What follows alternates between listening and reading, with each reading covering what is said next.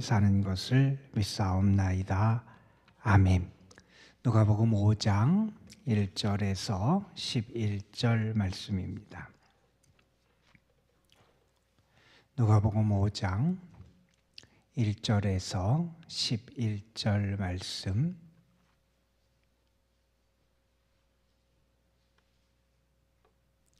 오늘 우리에게 주시는 하나님의 말씀, 우리 함께 한 목소리로 받들어 읽겠습니다.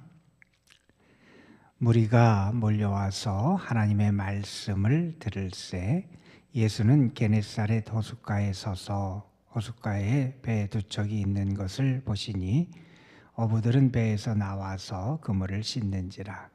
예수께서 한 배에 오르시니 그 배는 시몬의 배라. 육지에서 조금 떼기를 정하시고 앉으사 배에서 무리를 가르치시더니 말씀을 마치시고 시몬에게 이르시되 깊은 데로 가서 그물을 내려 고기를 잡으라.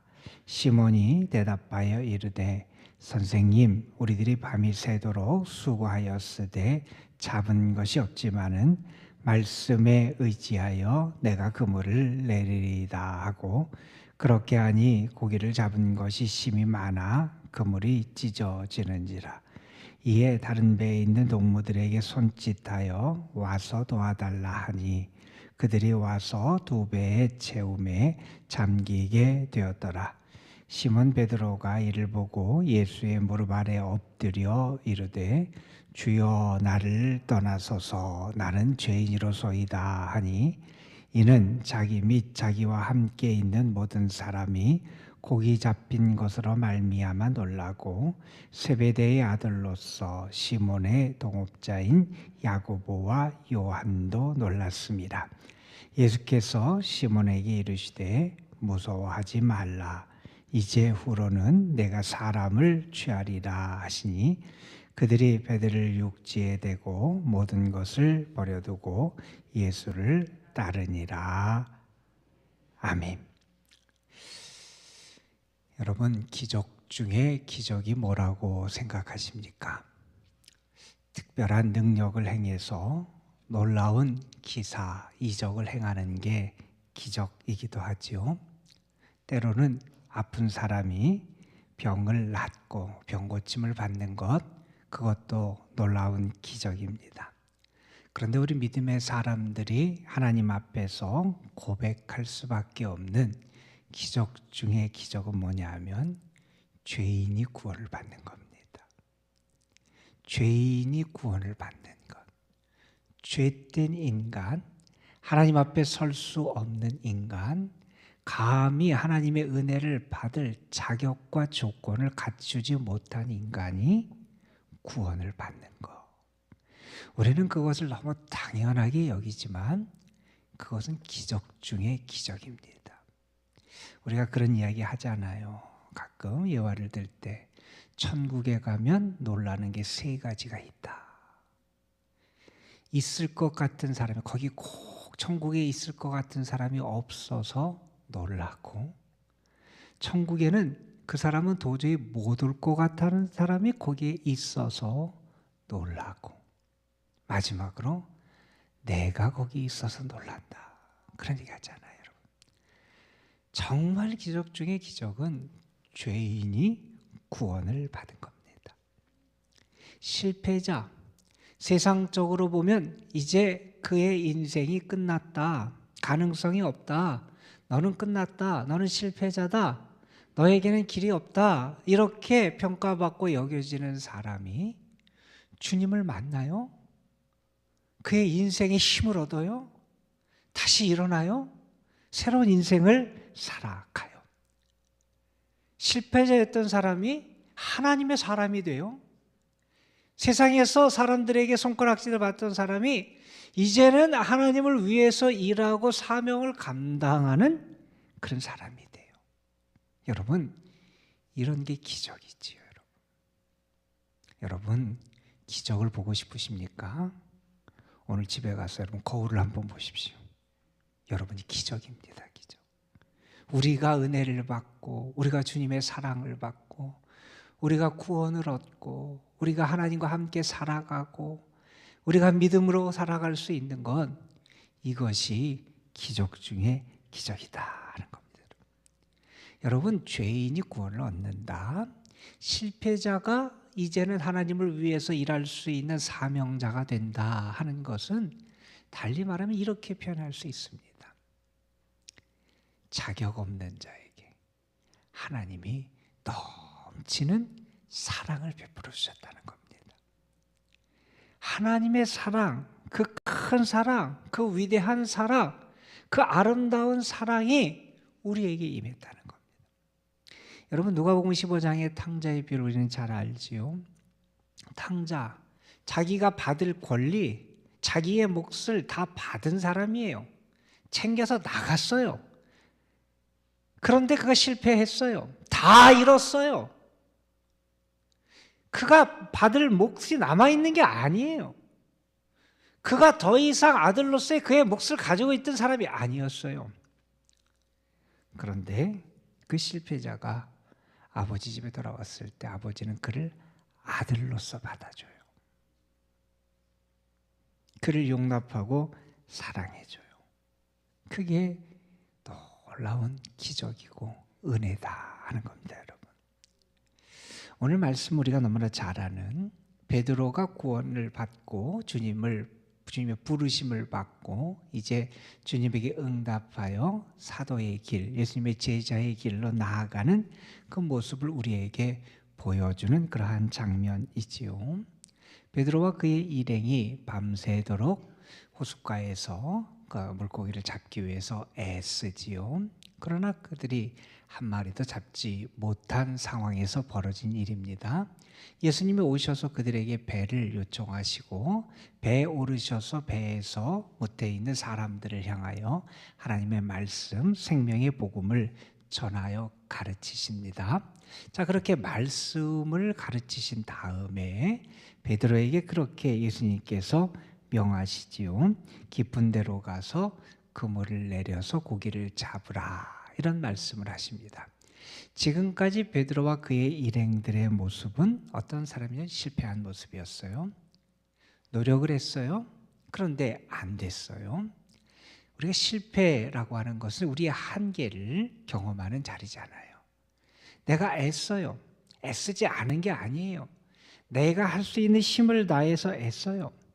나의 지식, 내가 아는 모든 방법을 동원해서 노력을 해요. 나의 경험, 이 모든 것을 자원을 동원해서 내가 열심히 최선을 다하는데 안 되는 거예요. 그의 삶의 한계를 만났던 그 순간 주님을 만나게 되고 주의 부르심을 입게 되고 주님의 제자로 이제 그의 인생이 변화되는 그런 모습을 우리에게 보여주는 그런 말씀이지요. 여러분, 이 기사에서도 베드로가 놀라운 고기잡이, 놀라운 이적을 체험했다. 물론 그것도 놀라운 역사이기도 하지만 이 이야기의 본질적인 내용, 이 이야기가 우리에게 가르쳐주는 기적 중에 기적은 뭐냐 하면 베드로가 예수님의 제자가 됐다는 거예요. 베드로가 예수님의 제자가 됐다는 거예요. 여러분, 세상의 기준을 가지고 어떤 세상의 잣대를 가지고 베드로를 이렇게 평가해서 너는 이만한 사람이야, 이만한 저격을 갖추었으니까 예수님의 제자가 될 수 있어. 베드로가 그렇게 내세울 것이 있는 사람이 아니잖아요. 당시 팔레스틴에서 가장 하층민 중에 하층민, 세상적으로 보면 내세울 것이 없던 그 베드로가 하나님의 일을 하고 주님의 일을 하는 주님의 제자로 부름을 받았다는 거예요. 그게 기적이라는 겁니다. 자, 그 제자로 부름을 받는 베드로의 이야기를 하면서 먼저 베드로가 언제 주님을 만났는지를 한번 보라는 거예요. 그의 인생에 실패했던 순간에 주님을 만났다는 거예요. 그가 수고하고 애쓰고 노력을 해보고 자신의 지식과 경험과 노력을 다 쏟아봤지만 자기의 한계를 경험하는 그 자리, 다시 말해서 자기의 무능을 경험한 그 자리에서 저는 주님을 만나게 됩니다.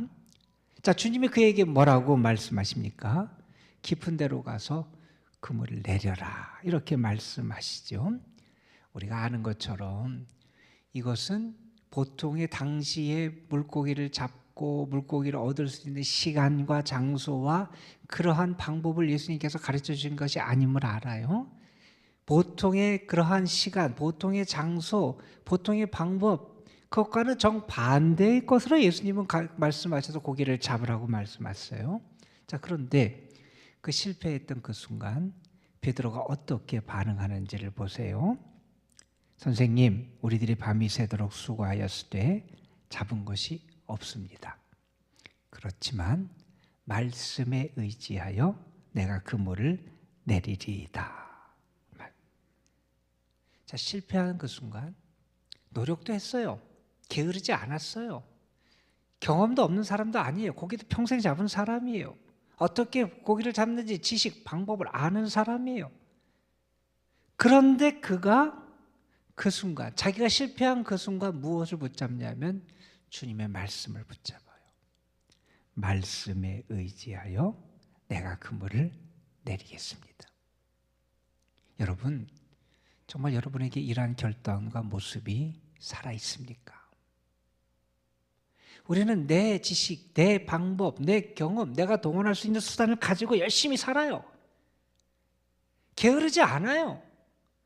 무언가 처절하게, 그리고 아주 분투하면서 우리의 삶을 살아가요. 그런데 여러분, 정말 여러분이 자신의 한계를 만나고 자신의 무능력을 경험하고 내가 가진 것이 아무것도 아님을 아는 그 순간 정말 주님의 말씀을 의지해 보셨습니까? 여러분, 우리 인생의 문제 수수께끼, 우리의 인생의 여러 가지 난제들, 우리가 그 앞에서 우리 한계를 느낄 때가 얼마나 많이 있습니까?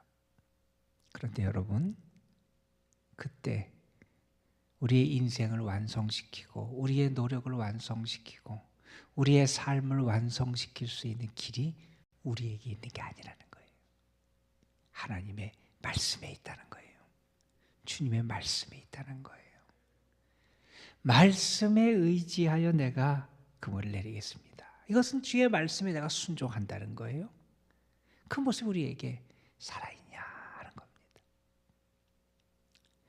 여러분, 그 다음에 베드로가 예수님이 말씀하신 대로 해서 고기를 많이 잡았어요. 그 다음에 베드로가 주님을 만났던, 경험했던 또 하나의 모습이 우리에게 나타나요. 그건 어떤 모습이냐면 성공한 자리에서 주님을 다시 만나요. 여러분 한번 보세요. 베드로가 주님의 말씀에 의지하여 고기를 잡았어요. 놀랍게 잡았어요. 2배 가득하게 잡았어요. 자, 그런데 그 순간 베드로는 기뻐하지 않아요. 우리 같으면 그럴 거예요. 밤새도록 내가 고기를 잡으려고 그러는데 못했어요. 그래서 주님이 말씀하세요. 주의 말씀에 순종했어요. 그랬더니 놀라운 역사가 나타나요. 야, 나에게 이런 일이 벌어졌구나. 내가 주님의 말씀에 순종했더니 이게 놀라운 역사가 나타났구나. 너무나 기뻐하고 감사하고 너무나 좋아해야 되는데 자기가 성공한, 이전에 실패했던 자리에서 성공한 그 순간 베드로는 기뻐하지 않습니다. 베드로는 오히려 정반대의 행동을 합니다. 오늘 말씀하면 이렇게 얘기하죠. 주님 무릎 아래 엎드립니다. 그리고 주님에게 말합니다. 주님, 나를 떠나십시오. 나는 죄인입니다. 여러분, 그가 성공한, 물고기를 많이 잡은 그 순간 그 이 사건을 통해서 베드로는 무엇을 경험하게 되냐면 진짜 주님을 만난 거예요. 여러분, 진짜 주님을 만난 거예요. 그 사건을 통해서, 그 경험을 통해서 주님이시구나, 이분이 정말 하나님이시구나, 이분이 나의 구원자가 되시는구나, 그 주님을 만나게 돼요. 그 주님을 만나니 뭐를 알게 되냐면 내가 누군지를 알게 돼요. 나는 죄인이구나 하는 것을 알게 됩니다. 여러분, 신앙의 위대함이 어디 있습니까? 물론 우리가 신앙생활을 하면서 하나님의 은혜를 체험하고 하나님의 구원의 은총을 체험하고, 그래서 내가 간증거리가 많고 정말 나의 삶에서 하나님 함께 하시는 증거가 있고, 정말 저도 그런 일을 위해서, 우리 성도들에게 그런 하나님의 은혜가 있기를 위해서 간절히 기도합니다. 그런데 여러분, 정말 신앙의 위대함은 어디에서 나타나냐면 우리의 부족함을 아는 데서 나타납니다. 나의 연약함과 죄인됨을 발견하는 데서 신앙의 위대함이 나타납니다. 그건 무슨 얘기입니까, 여러분? 내가 죄인됨을 안다는 것은 진짜 회개한다는 거예요. 진짜 회개한다는 거예요. 여러분, 주님 앞에서 정말 회개해 보셨습니까? 우리가 왜 진실한 회개를 못합니까? 내가 누군지 아직도 몰라서 그래요. 주님 앞에 내가 온전히 서보지 못해서 그래요. 주님 앞에 서면 내가 누군지를 알아요. 내가 얼마나 죄인인 줄 알아요. 얼마나 추하고 더러운지 알아요. 얼마나 거룩하지 못한 존재인지를 알아요. 그것을 발견한다는 것, 그것을 고백한다는 것, 그게 진정한 회개의 모습이라는 거예요. 여러분, 우리의 믿음이 어떻게 성장합니까? 우리의 인생이 어떻게 성숙하고 완전해질 수 있습니까? 우리의 인생이 온전해질 수 있는 길은 주님을 온전히 만나는 거예요. 주님을 온전히 만나서 내가 누구인지 아는 거예요. 그걸 깨닫고 고백하는 순간 우리의 인생이 달라지게 되어 있다는 겁니다, 여러분.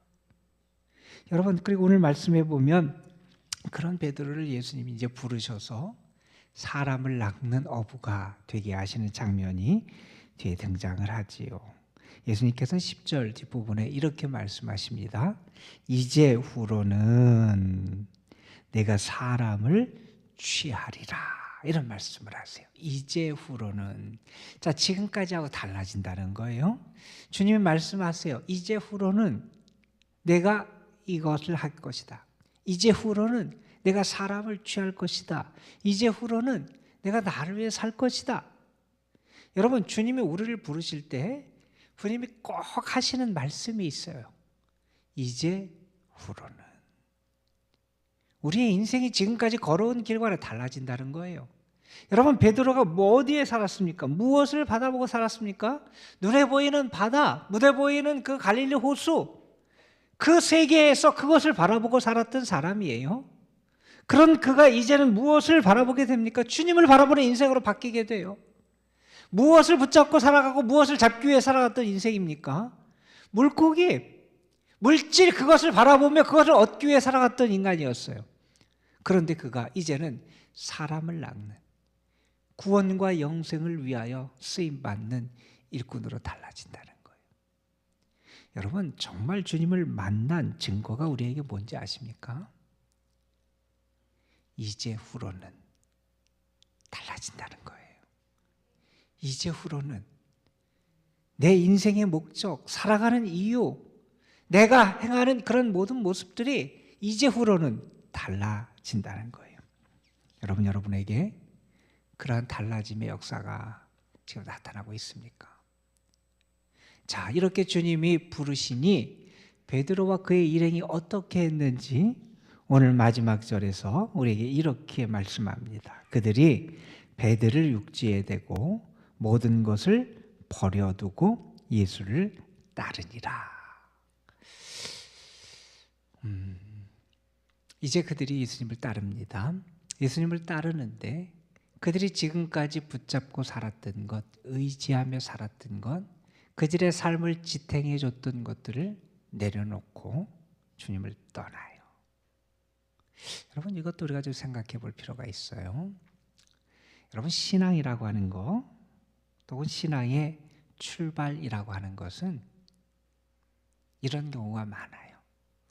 내가 가진 것에 무엇 하나를 더하는 게 아니라요, 지금까지 내가 가지고 있던 것, 붙잡아 있던 것을 내려놓으면서 진정한 신앙이 출발될 때가 많아요. 한번 잘 생각해 보세요, 여러분. 내가 지금까지 이렇게 살았고 이걸 붙잡고 살았고 이걸 의지해 살았어요. 그런데 거기에 더하기 하나를 하는 게 신앙의 모습이 아니라는 거예요.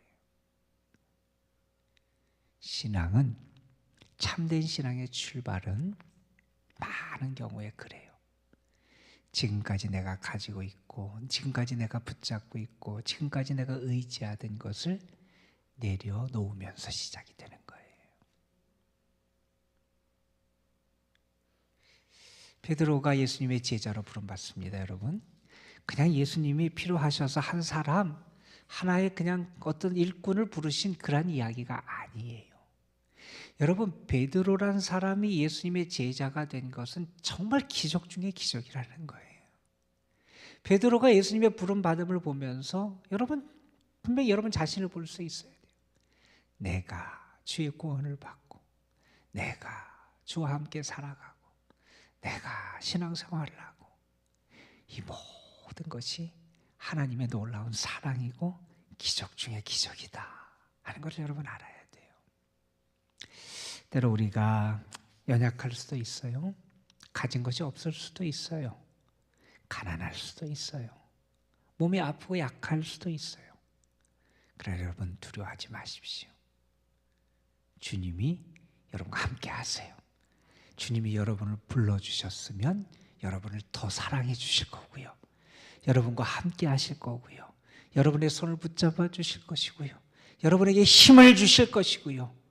여러분을 도우셔서 주와 함께 살아가는 믿음의 길을 잘 걸어갈 수 있도록 인도해 주실 줄로 믿습니다, 여러분. 우리가 잘 아는 이야기가 있어요.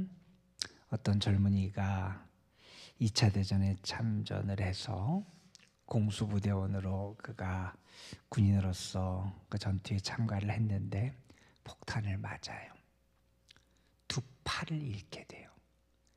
여러분, 한참 그 젊은 젊은이가 두 팔을 잃어요. 그러니까 두 팔로 할 수 있는 게 이제 없는 인생이 된 거예요. 얼마나 절망하고 힘들었겠어요? 믿음이 있었던 친구예요.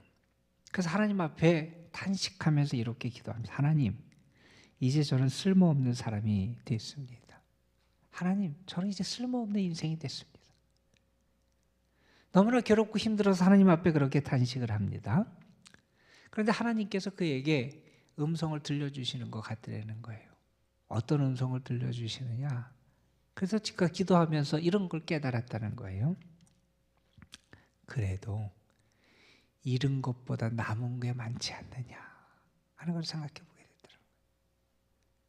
두 팔을 잃었어요. 그런데 두 눈이 남아있어요.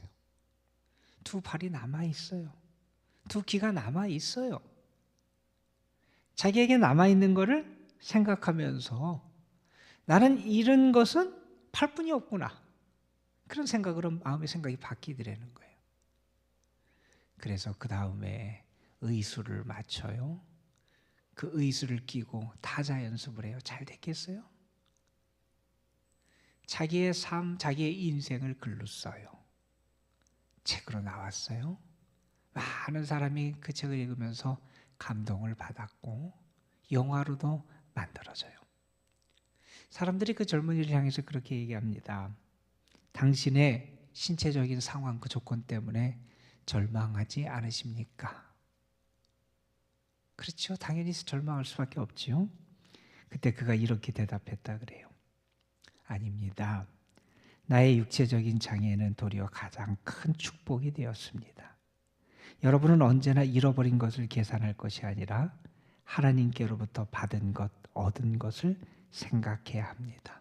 그 은혜에 감사하며 그것을 사용할 때 하나님께서는 잃은 것의 열매를 크게 보상해 주십니다. 더 많은 가능성이 그 앞에 열리게 됩니다. 그냥 좋은 얘기가 아니라 자기의 삶을 통해서 경험한 거예요. 여러분, 우리 연약해요. 부족해요. 죄인이에요. 그러나 우리가 그것을 깨닫고 주님 앞에 겸손히 설 때 우리를 찾아오시는 주님, 실패한 자리에도 찾아오시고 성공한 자리에도 찾아오시고 우리가 연약해진 그 자리에도 찾아오셔서 우리를 부르셔서 우리를 주의 사람 만드시는 그 하나님의 은혜가 우리와 함께할 줄로 믿습니다. 오늘도 여러분을 부르시는 그 놀랍고 위대한 그 사랑, 그 은혜를 경험하는 여러분이 되시기를 주님의 이름으로 축원합니다. 기도하시겠습니다. 감사원금 표재성 권사 강민주 집사 표준범 청년 귀한 가정에서 드렸습니다. 아버지 하나님, 시몬이 예수님의 부름을 받고 주의 제자가 되는, 그래서 이제 사람을 낚는 업으로 세우심을 입는 놀라운 사건을 우리가 다시 한번 묵상했습니다. 하나님, 실패했는데 그 자리에 주님이 찾아오셔서 그에게 놀라운 이적을 경험케 하십니다. 또한 성공해서 우쭐하고 교만해질 수 있는 그 순간, 베드로는 주님 앞에 다시 주님을 발견하고 자신의 죄인됨을 고백하며 주님 앞에 엎드립니다. 그런 베드로를 주님이 부르셔서 그 인생을 새롭게 출발시키시고 주의 사역을 위하여 선한 일꾼이 될 수 있는 길로 그를 불러주셨습니다. 아버지 하나님, 나를 만나시고 나를 세우심을 저희들도 경험케 하여 주시고, 그 주님의 부름 받음이 얼마나 큰 축복이고 은혜요 기적인지를 잊지 않고 감사하며 살아갈 수 있는 저희들 되게 하옵소서. 아버지 하나님, 이 시간도 주님 앞에 드려진 귀한 감사의 예물이 있습니다. 귀한 가정을 하나님 늘 붙들어 주시고 하나님의 꿈이 있는 가정이 되게 하여 주시고 주의 선하심의 손길이 늘 함께하는 가정이 되게 하여 주시고 주님을 가까이 하는 은혜가 넘치는 귀한 가정 되게 하옵소서. 이 시간도 우리가 주님 앞에 나와서 기도합니다. 이 사순절기를 보내면서 주님을 온전히 알아가는 저희들 되게 하여 주시고, 무엇보다도 주님의 그 놀랍고 위대하고 아름다운 사랑을 깨달아 아는 저희들 되게 하여 주시고, 그 사랑받은 자답게 사랑하고 또한 어려운 이들을 위하여 기도하고 하나님의 사람으로 더 성숙해지는 저희들이 되도록 인도하여 주옵소서. 우리 자신에게도 여러 가지 어려움과 아픔이 있고 고민들도 있고 힘겨운 문제들도 있습니다. 하나님, 우리에게도 은혜의 문을 열어주시고 축복의 길을 열어주시고 하나님의 도우심의 은총을 풍성하게 허락하여 주옵소서. 아버지 하나님, 오늘도 이 도남동 재단과 이 재단에 속한 모든 성도들, 저들의 삶을 하나님 앞에 맡기니 주님 도우시고, 무엇보다도 우리 연로하신 분들, 연약한 분들, 병중에 있는 분들, 특별히 하나님의 치유의 은혜와 능력이 필요한 영혼들에게 하나님 은혜의 은혜를 더하여 주옵소서. 이 시간도 우리가 주님을 만나기를 원합니다. 기도하며 우리의 믿음이 더 분명해지게 하여 주시고, 기도하며 우리 곁에 계신 주님을 바라볼 수 있도록 인도해 주시옵시고, 기도하며 새 소망과 은혜가 우리 속에 가득함을 깨달아 알 수 있도록 인도하여 주옵소서. 성령께서 우리의 기도를 도우시고 또한 주님이 우리의 기도에 응답해 주실 줄 믿사옵고, 우리 구주 예수 그리스도의 이름으로 기도드리옵나이다. 아멘.